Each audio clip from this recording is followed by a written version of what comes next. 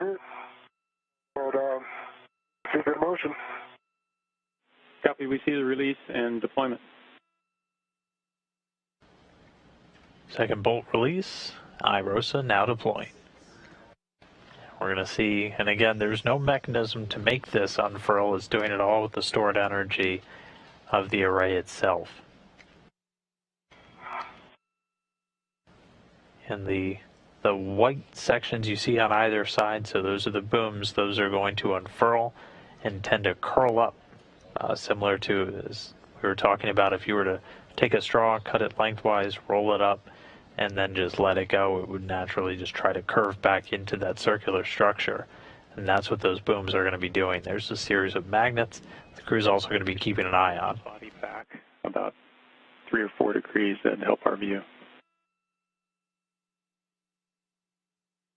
Okay.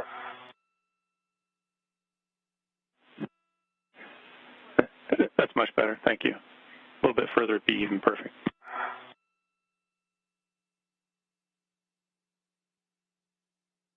Okay.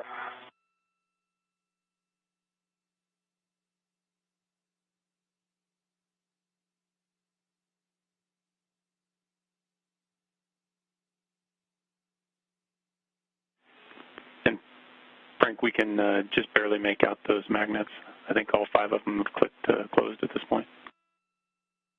I've got 4 and there are 5. All 5 are clicked. Okay, copy. Thank you.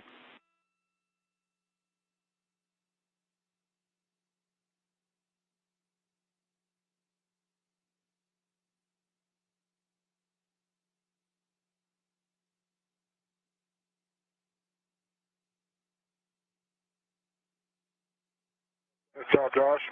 Nicely done. Finally run that microwave we've been wanting to run.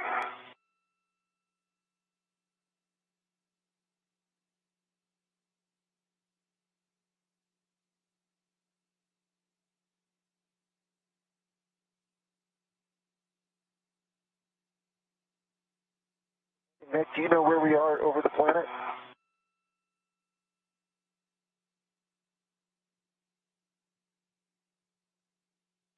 Yeah, you're just south of Alaska, getting ready to go do a pass down the west coast. Awesome. Florida. You might even be over Houston by the time the deployment finishes. That's pretty cool.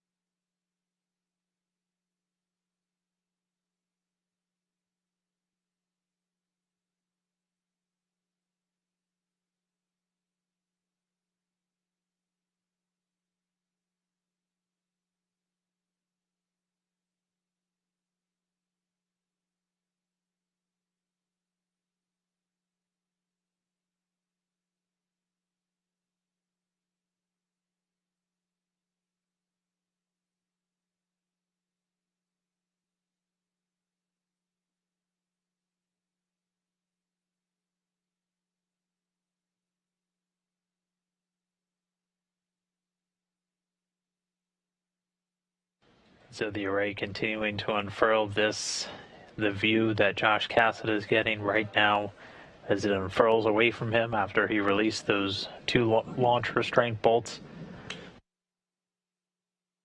You can see air traffic. Good. Yeah, there's a contrail. There. Yeah, I see it.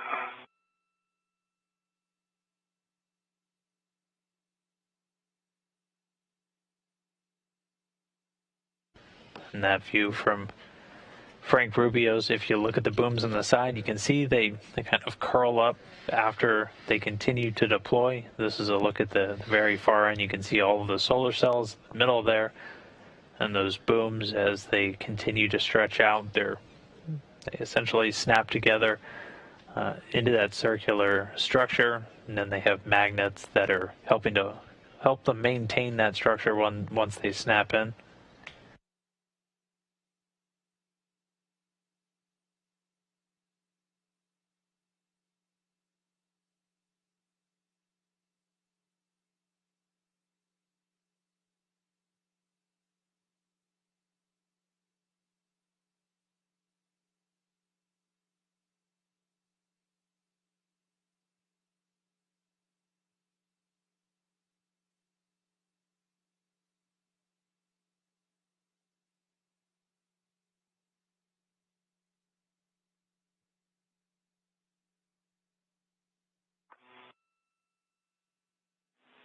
And Frank, Josh, while we hold position and wait for the deployment to finish, just kind of give you a heads up on the way forward, at least near-term steps. We've got the tensioner bolts that we're going to do, and then we'll move into kind of cleaning up the scoop and the cable bag, and then we'll focus on trying to get the arm clean and FSC in a good config. Okay, sounds great. Copy that.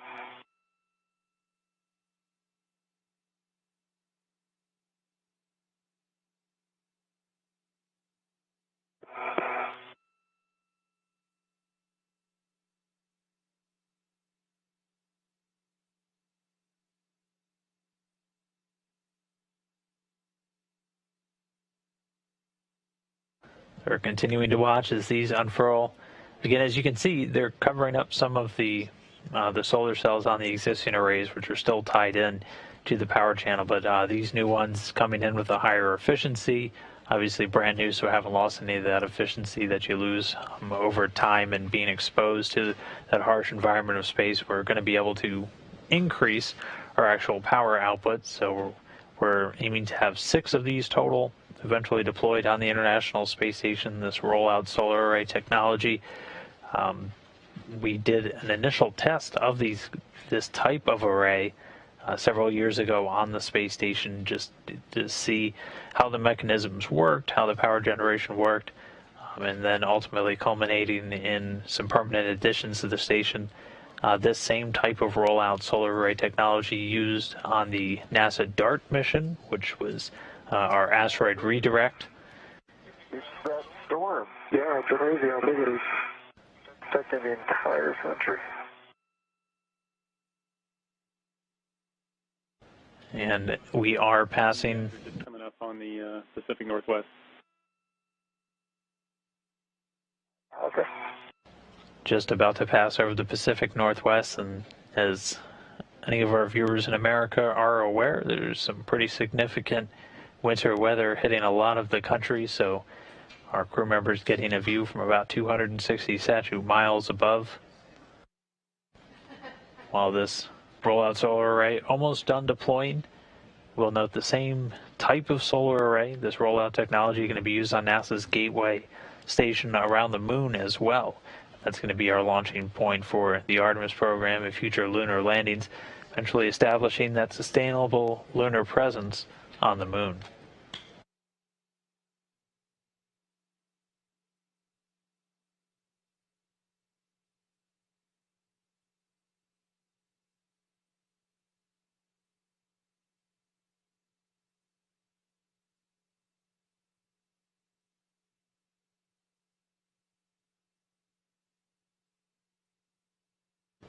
So our crew members continuing to stand by, observing the rollout after this deployment sequence is complete. We'll have a couple of final steps.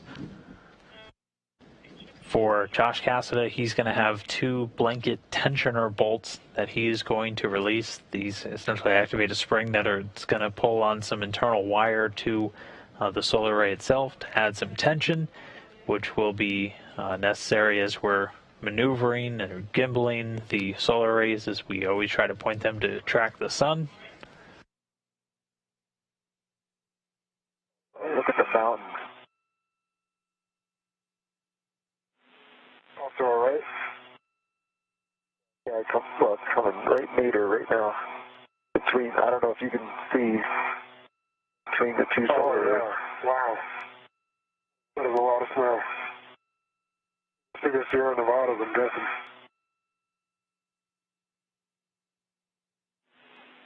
Okay, guys, we have confirmed we've got a good deployment on IROSA. So, Josh, you're go to move into position to do the tensioner bolts R11 and 12. Copy that.